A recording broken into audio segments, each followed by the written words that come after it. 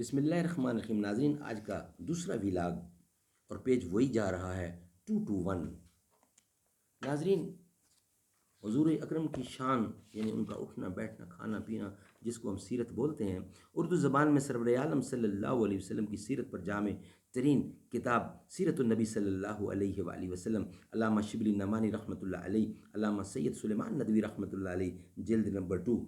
بسم اللہ الرحمن الرحیم، الحمد للہ رب العالمین والصلاة والسلام علی رسولہ محمد وعلی آلہ واصحابہ اجمعین۔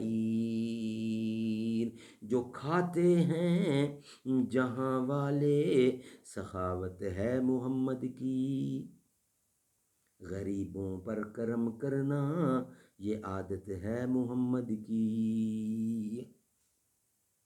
ایک دفعہ غریب مسلمانوں نے آ کر خدمت اقدس میں یعنی حضور اکرم کی بات ہو رہی ہے، کہا کہ یا رسول اللہ صلی اللہ علیہ وسلم،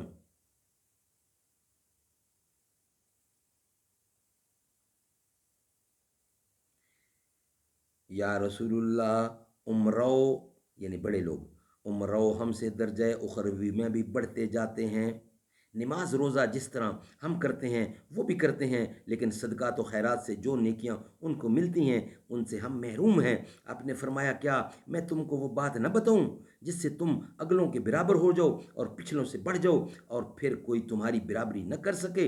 عرض کی ہاں یا رسول اللہ بتائیے۔ ارشاد ہوا ہر نماز کے بعد 33 دفعہ سبحان اللہ الحمدللہ اور اللہ اکبر پڑھ لیا کرو۔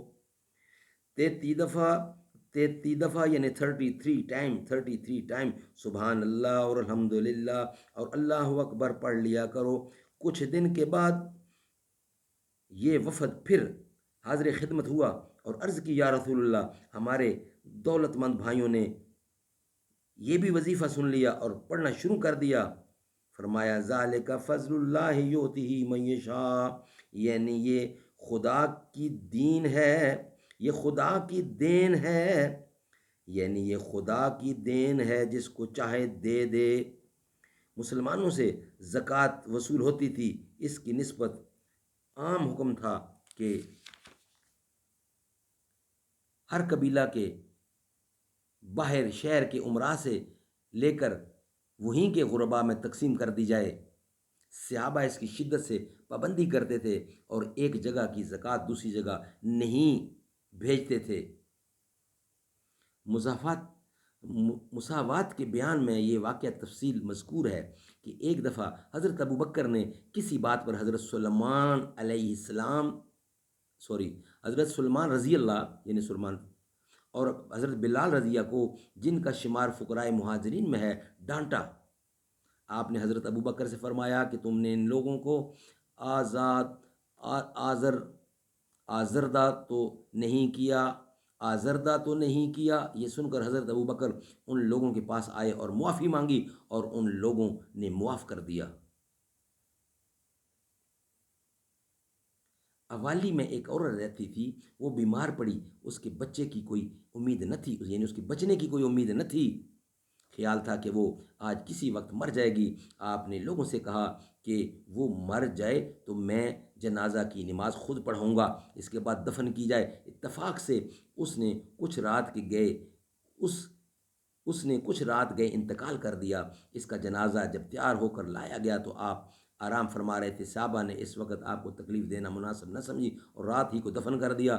صبح کو آپ نے دریافت فرمایا تو لوگوں نے واقعہ عرض کیا، آپ یہ سن کر کھڑے ہو گئے اور صحابہ کو ساتھ لے کر دوبارہ اس کی قبر پر جا کر نماز جنازہ ادا کی۔ سبحان اللہ، سبحان اللہ، یہ ہے شان محمد مصطفیٰ۔ اللہ تعالیٰ سمجھ کی توفیق دے۔ ناظرین، آج کا یہ تھا ویلاگ نمبر 2۔ ابھی ہم آپ سے انشاءاللہ ملاقات کریں گے ویلاگ نمبر 3 کے ساتھ۔ آؤ لوگو مصطفیٰ کے پیار کی باتیں کریں، آؤ لوگو مصطفیٰ کے پیار کی باتیں کریں، رحمت للعالمین لجدار کی باتیں کریں۔